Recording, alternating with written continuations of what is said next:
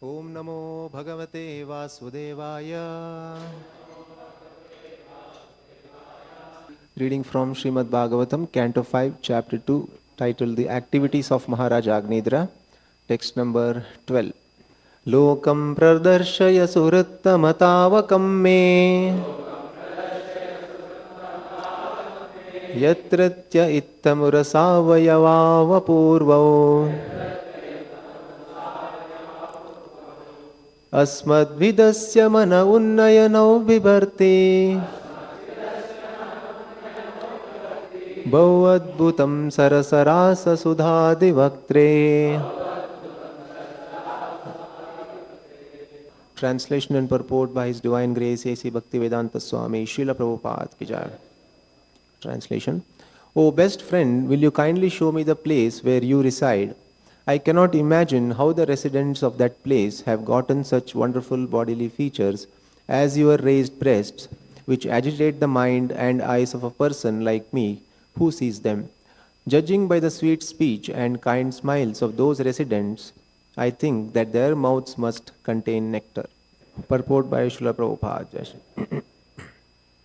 Still bewildered, Agnidra wanted to see the place from which the Brahmana boy had come, where the men had such raised breasts. Such attractive features, he thought, must be due to the severe austerities performed there. Agnidra addressed the girl as Suruttama, the best friend, so that she would not refuse to take him there. Not only was Agnidra captivated by the girl's raised breast, he was also attracted by her sweet speech. Nectar seemed to emanate from her mouth, and therefore he was increasingly surprised. Thus ends the Bhaktivedanta purport. So in this chapter, activities of Maharaj Agnidra, we are seeing Maharaj Agnidra in the forest performing austerities to get a good wife and children, and Lord Brahma understands his desire and sends a heavenly damsel, Purva Chitti. And Agnidra, who was in meditation, disturbed by her presence, hearing the tinkling ankle bells and many other features, he has opened his eyes and seeing her, and he is bewildered. And bewildered, he is speaking these words. So Bhagavatam here is presenting the words and the thoughts of a bewildered man, so that as spiritualists we know what will happen if we are not careful. And in today's verse, he is speaking to her. Lokam pradharshaya suhruttama tavakam me. Tavakam lokam me pradharshaya suhruttama. Tavakam lokam, your place of residence. Where do you come from? Pradharshaya, me pradharshaya. Will you please show me that place? He is worried. She may turn him down. So he is saying, Suhrittama, oh my dear friend. Suhrittama, best friend. Already she has become his best friend. See how bewildered he is. Yatratya itham urasa avayavau apurvau. In your place, in that loka, in that place of your residence, yatratya itham, so urasa. Urasa refers to chest.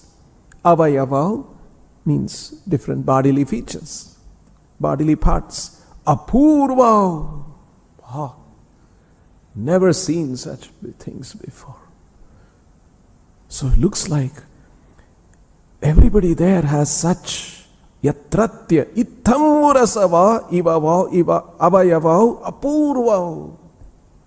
Such apurva urasa avayava yatratya, in your place, ittam, so beautiful, Asmadvidhasya mana unnayanau bibharti. Asmadvidhasya, for people like us. Our mind, mana, unnayanau. So elevated I feel. Just seeing you, bibharti, it's sustaining me, it's holding me, grabbing my attention. Not just urasa and avayava, not just the bodily features. Bahuvadbhutam sarasa rasa sudhadi vaktre. And vaktra, mouth. Sudhadi vaktre, looks like your mouth is filled with nectar. Why I am seeing so? Because of the words that come from your mouth. Bahuvadbhutam. So sweet they are. Your mouth must be filled with nectar. Oh best friend, Suhruttama, will you kindly show me, me pradarshaya, the place where you reside? Lokam pradarshaya, where you reside. Tavakam lokam pradarshaya. I cannot imagine how the residents of that place, yatratya, have gotten such wonderful bodily features as your raised breasts. Urasa avayavav, apurvav urasa avayavav, yatratya, which agitate the mind and eyes of a person like me. Which agitate the mind and eyes. Mana unnayanau. Manas unnayanau. It elevates the mind. Mana unnayanau. Asmatvidhasya, of a person, which agitate the mind and eyes of a person like me, who sees them. Judging by the sweet speech, sarasa, rasa, and kind smiles, rasa, kind smiles, amorous gestures, Prabhupada has said, rasa.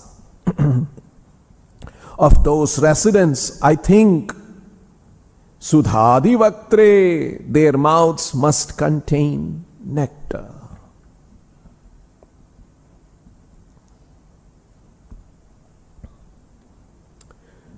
So, Prabhupada begins the purport by saying, still bewildered, Agnidra wanted to see the place from which the Brahmana boy had come. So he's so bewildered, and he's saying all these very poetic words and wanting to see her place. And hence, Krishna says in the Gita, Kamaistai hrutagyana, as it has happened to poor Agnidra.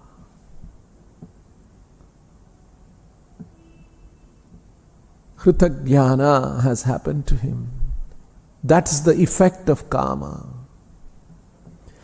So we are all sitting here in the Shrimad Bhagavatam class, after morning program, chanting, rising early, and we are laughing. Look at Agnidra. How bewildered he has become.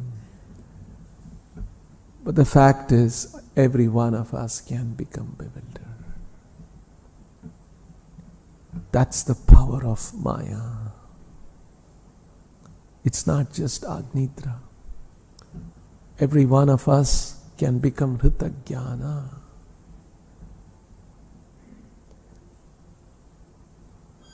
Shankaracharya wrote a stotra, well-known stotra, and he called this stotra Moha Mudghara Stotra.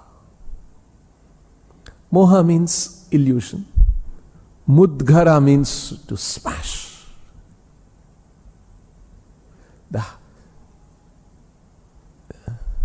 in the very early days. I'll share with you once what I experienced, how it was for you to know. This was 1984. I was just joined brahmachari in Trivandrum temple. I had gone away there because I was hiding from my parents. So I was afraid to meet my parents. They were very attached. I was very attached. So the temple president there was my very, very, very close friend. But suddenly he would act like a temple president. Hey, do this. Wash my dhoti and come. I have to wash his dhoti. But anyway, I would do. Because I'm like a young devotee and he's temple president. So one day, there was one safe in the temple president's room. And the safe had a kind of a lock and you had to turn this way, you know, that kind of a lock. You have to turn 30 clockwise, 65 anti-clockwise, that kind of a number lock. And whenever he wants to open that one, he would send me out of the room. I would get angry. Hey, my close friend, and what's he thinking? Well, anyway, he's president. All right. I would go out and then he would do all that. So one day there was some emergency. It was all in the beginning. So after some time he also showed me what I should do. One day, when he had not yet shown me the thing, he did this one and he opened in my presence, it so happened, and I saw one book. It was a very nicely, not very fat, thin, medium-sized book, nice binding. And then I said, hey, what's that? And I pulled that. It was called Hammer to Smash Illusion. I said, hey, what's this book? And then I looked at that book, and then it looked like a Krishna conscious book. And then he quickly grabbed it back and put it back into the room, into the safe, and closed it, locked it. I said, hey, what's that? It looked like a Krishna conscious book and you're keeping it in the safe, locking it up like that. And then he wouldn't tell me. So every now and then I would ask, hey, let's see that book. So finally I got to see once the book. It was a book written by Hamsadutta Goswami, one of the gurus at that time. It was a translation and purport on Shankaracharya's stotra, Moha Mudghara Stotra. Good, very interesting. But you see, those days, how it was, I want you to imagine why he was hiding. Because the GBC at that time of ISKCON had banned that book. No one should read that, no one should circulate that book, because Hamsadutta had fallen down. You see, in his good days, he wrote a book like that. But then he had, unfortunately, see, they were all very good disciples of Prabhupada. They served Prabhupada, so worked very hard. But unfortunately, after 1977, they took off in a wrong direction. And then so many things happened. So that's why he didn't want me to read that book, ask about, because at that time it was not known. He had fallen. He had fallen already some 2 years back.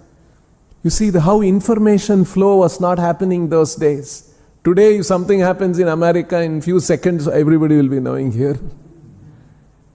Technology has changed. It was not like that in the 1980s. Very, very different. 2 years it has happened in our own organization. I have joined and I don't even know. Like that, information was not shared, circulated. Technology changed it. So, Moha Mudghara Stotra, actually it is a stotra it's a hammer. Mudghara means an instrument to strike, a stick, a hammer all that can mean mudgara. Moha mudgara stotra. Govinda, Bhaja Govindam is known as Moha Mudgara Stotra. And one of the verses in Moha Mudgara Stotra says, Nari sthana bhara nabhi desham drishtva maga mohavesham etham mamsa vasadi vikaram manasi vichintya varam varam. Shankaracharya is referring to what is happening to Agnidra. Nari sthana bhara nabhi desham. Nari sthana bhara. Nari means a woman. Sthana bhara. Sthana means the breasts. Sthana bhara means full breasts. Nabhi desham. And the region around the navel. So, this is the Shankaracharya is directly referring to this. Nari sthana bhara nabhi desham drishtva. If you look at it, maga, don't go there. Don't become, don't go. Maga, here it means don't become. Moha avesham. Moha avesham. You will be captured by illusion. Drishtva, just if you see, Drishtva, Maga, Moha, Vesham. And Shankaracharya is telling us, to help us understand, Etham Mamsava Sadi Vikaram. Why are you so bewildered about that? It is just another Mamsa. It is just flesh. Mamsa Vasadi Vikaram. It is just a transformation of flesh there, like any other part of the flesh in the body. But if it is there, you are becoming Moha Vesham. It is just another transformation of flesh and blood and fat and cells and tissue. That's it. Manasi vichintya varam varam. Please reflect on this again and again, so that you won't come under Moha Vesham. Moha Avesham, Moha Avesham. So this is the warning of great devotees, great acharyas, that especially in the beginning stage of our spiritual life, one has to be very careful, because Drishtva Maga Moha Vesham in the beginning stage. Later on, when one becomes more and more advanced, very advanced, then it doesn't matter at all. It doesn't bother. Just like Yamunacharya says, Yadavadi mama cheta Krishna padara vinde nava nava rasa udyatam rantumasi. Krishna, whenever I think of your lotus feet, newer and newer spiritual rasa is just rising in my heart. You see what happens when one is advanced? Yadavadi mama cheta Krishna padara vinde. When I think of Krishna's padara vinda, nava nava rasa udyatam rantumasi. Newer and newer, ever fresh. For a spiritualist, this is the promise of the acharyas, this is the promise of Srila Prabhupada, that new rasa we are all looking for. It is just rantumasi. It is just bubbling and rising in the heart of a devotee who is just remembering. Yadavadi mama cheta Krishna padara vinde nava nava rasa udyatam rantumasi. Nari sangame smaryamane bhavati mukha vikaraha. Now, if I simply think of a woman, mukha vikaraha. See the difference? But in the early stages of spiritual life, one manasi vichintya varam varam. We should again and again reflect. I should not get, because moha društva maga moha vesham. So these are the instructions of the acharyas, and so that we are always very careful. So here we are seeing Agnidra. He has seen Purvachitti. He has seen her beautiful raised breasts, and he has become bewildered. Moha avesham. What's happened to him? So we all have to be extremely careful about this, because we are in the conditioned stage. That's why the Upanishad says, Kshaurasya dhara nishita durgam nishitha durgam pathastat khavayo vadanti. Nishita duratyaya. This kshaura nishitam duratyaya. It's like a sharp razor's edge. When we are having a sharp razor's edge and you are shaving, you have to be very alert. You are not careful. How long you have to be careful when you are shaving? Only in the beginning? Only in the... No, you have to be very careful. Always careful. This is the point. Our sadhana that we do, reading of Srila Prabhupada's books, being with the devotees, all these things help us. Like the other day we were discussing with some devotees. These are all beautiful philosophy. If we didn't have this organization, if we didn't have this institution, what we would have been? Even if there was high philosophy, we had known this philosophy. We all staying together in an organization, being together, having deities, deity worship, sadhana, having prasadam, association of devotees. Without this, where we would have been? This is the great contribution of Srila Prabhupada. That's why Prabhupada said, don't leave my organization. Don't leave ISKCON. He appealed many times when devotees were going away. There was one devotee, one Mataji. She had done a lot of, so she was going away. Prabhupada, there were tears in his eyes. There's no philosophy in the whole world like Bhagavad Gita. Please don't go away.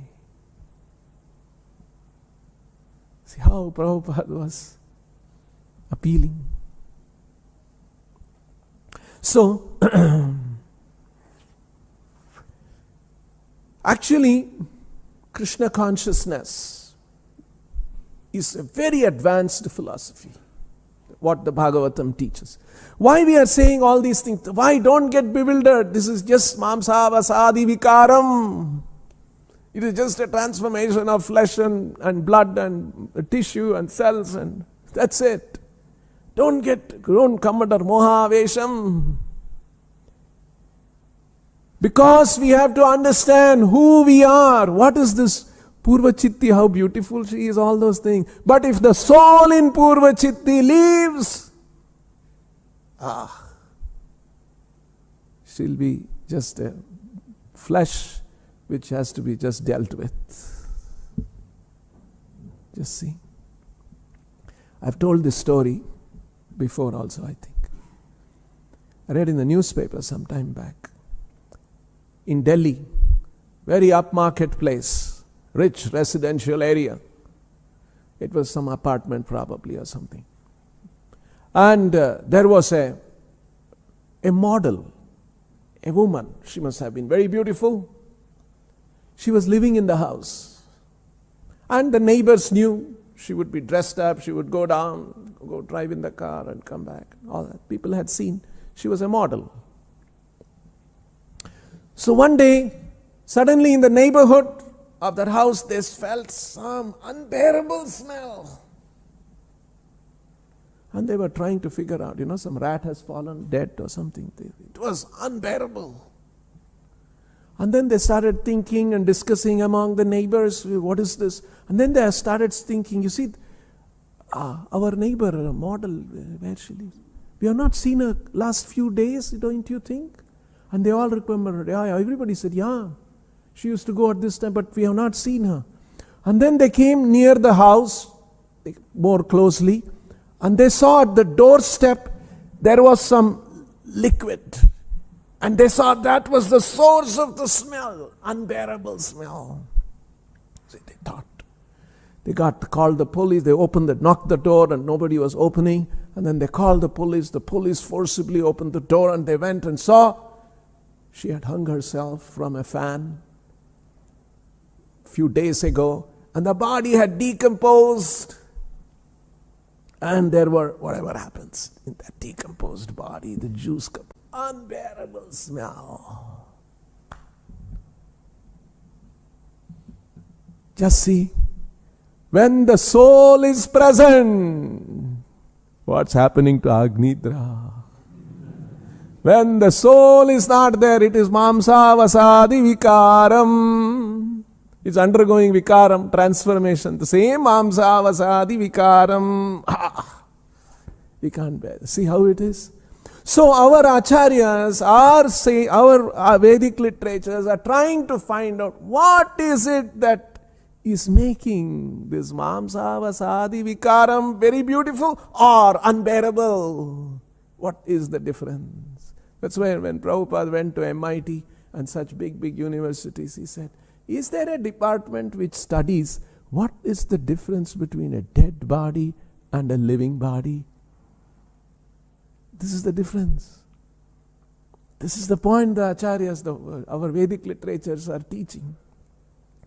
You see, 100 years after Sri Chaitanya Mahaprabhu's time, we are told, we read in the books, there was a great French philosopher. His name was René Descartes.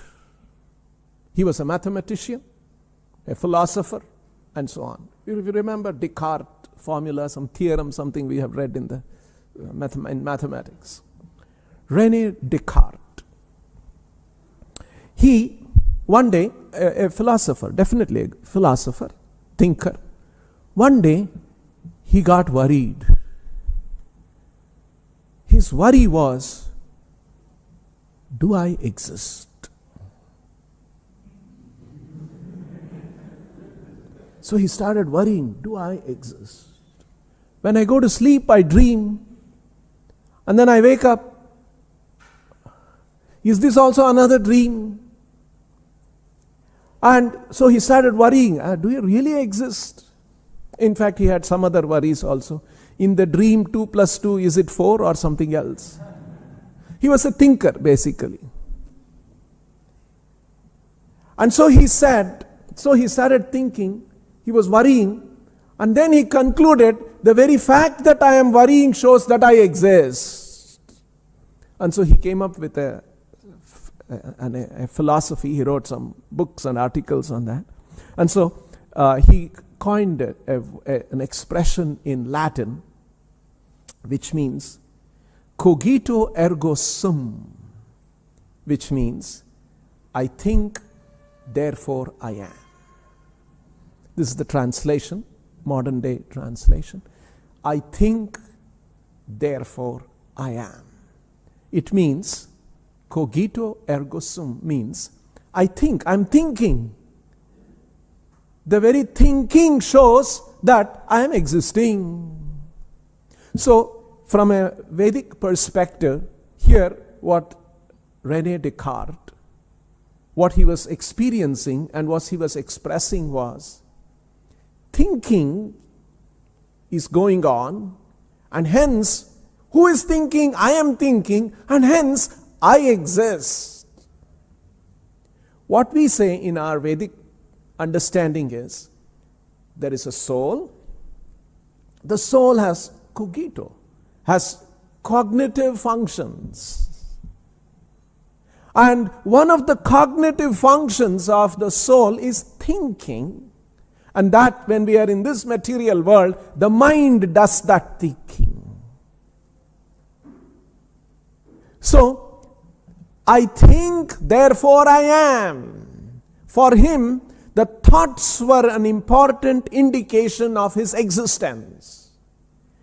In our philosophy, we want to understand what is the ultimate source of our existence. And we say thoughts are at the mental level. Actually, what he was talking about was a mental conception of the self. I think, therefore I am. Somebody who is even more gross would think, because I eat, therefore I am.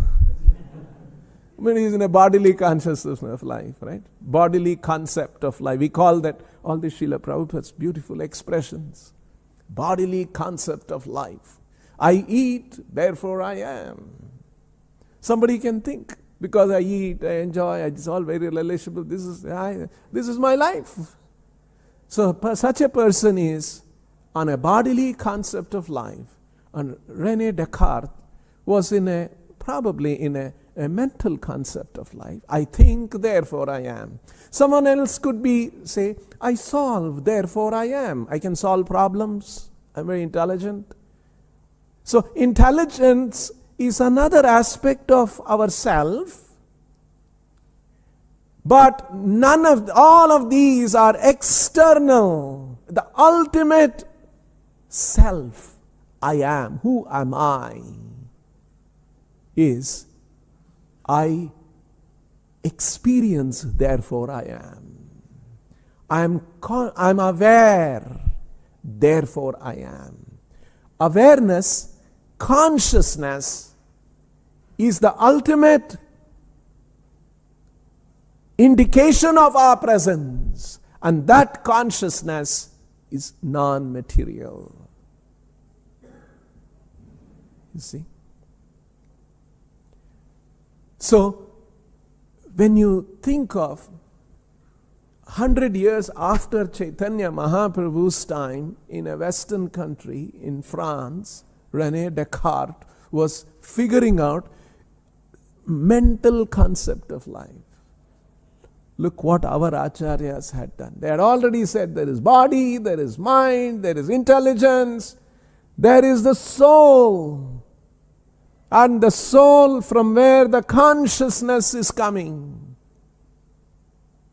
And that consciousness, which is an awareness, you can become aware just of this world, of yourself. No, you can become aware of the world and yourself and the source of all this. Aham sarvasya prabhavo mattha sarvam pravartate. And so Krishna is teaching that what is the source of this world, the source of all the living entities. And that is why, and I have a relation with that source. It's not just the source is there, I am there, we are disconnected. No, we are integral to that. That's why Srila Prabhupada Prabhupada's expressions are very, very special. Nothing is just an ordinary, everything very measured, Prabhupada has said. Prabhupada said, Mamaivamsho jiva loke jiva bhuta sanatana. Every living entity is a part and parcel. We are part. Amsha indicates we are part.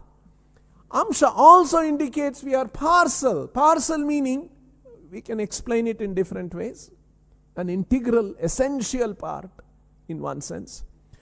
In another sense, it is the features of Krishna, the qualities of Krishna are present in the part, but in a minute form.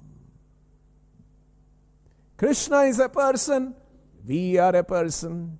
Krishna has cognitive functions, we have cognitive functions. His cognitive functions are unlimited. Our cognitive functions are small. You see? If I get a phone call, I can keep speaking. If one more phone call rings, I will say, please wait and take this phone. I can't have both the phones and keep talking. my cognitive functions, I can pay attention to one at a time. If I'm hearing two things, I'll get completely confused. Right? My cognitive functions are limited. Krishna can get 1 million phone calls and he can keep answering all of them. No, he'll not get bewildered. His cognitive functions are unlimited. So, there is a source for all this and we have a relationship. That's why Prabhupada translates the word yoga as signs of one's relationship with the Supreme. There is a relationship with the Supreme, and it is not some sentiment, it is a science. It's a definite thing. It's not somebody's imagination. It's a science. And that is yoga. Imam vivasvate yogam proktavan aham avyayam. When Krishna said, I taught this imperishable knowledge, immutable knowledge, avyaya yogam. Because that relationship never changes. It always exists. We forget. And Chaitanya Mahaprabhu taught that when you have full consciousness of that relationship with the Supreme, what will be your state of existence? Aham sarvasya prabhavo mattha sarvam pravartate iti matva bhajante mam buddha bhava samanvitaha. Bhava samanvitaha. Anvitaha means full of. Gauravanvitaha, we say, full of respect. Here Krishna is saying, bhavan, what is it? Mattha paratar, aham sarvasya prabhavo iti matva bhajante man buddha bhava samanvitaha. Bhava samanvitaha, full of bhava means heightened emotions, heightened feelings. When that Krishna consciousness is the height, and Chaitanya Mahaprabhu demonstrated that, heightened feelings, what he was showing, what the gopis were showing in Vrindavan, heightened feelings, fully aware of the relationship with the Supreme. So, we can see Chaitanya Mahaprabhu 100 years before had taught where is our real self, consciousness, and where is that self coming from. You see, these are all very beautiful things that Prabhupada taught. Consciousness is coming from the soul. Prabhupada said, consciousness is the symptom of the soul.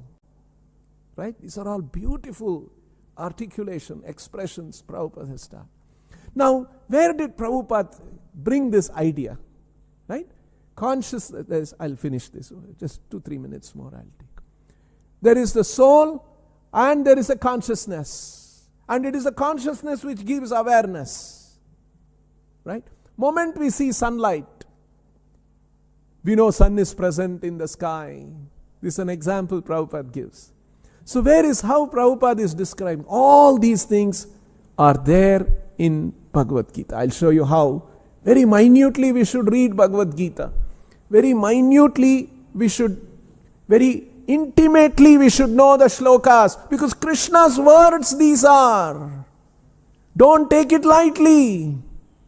There are places where Prabhupada said, every word is a storehouse of meaning in the Vedic literatures. So, look at this. Yatha prakashayatyekaha kritsnam lokam imam ravihi kshetram kshetri tatha kritsnam prakashayati bharata. Very, very beautiful expression. Wonderful teaching of Lord Krishna.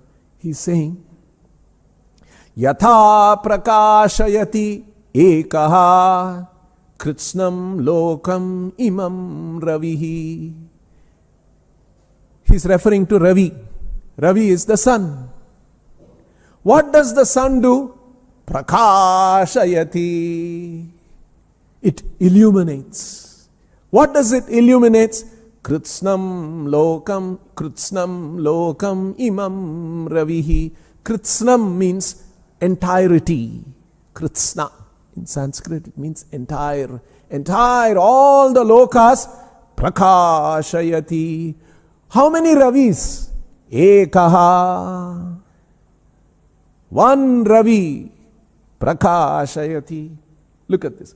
Yatha prakashayatyekaha kritsnam lokam imam ravihi. Yatha ekaha ravihi kritsnam lokam prakashayati. Yatha, like that. Kshetram kshetri tatha kritsnam prakashayati bharata. In the same way, there is this kshetra, place of action. In the place of action, there is a kshetri. You see, this is a beautiful, Sanskrit has this ability to convey these kind of concepts. Kshetra, kshetri. Deha, dehi.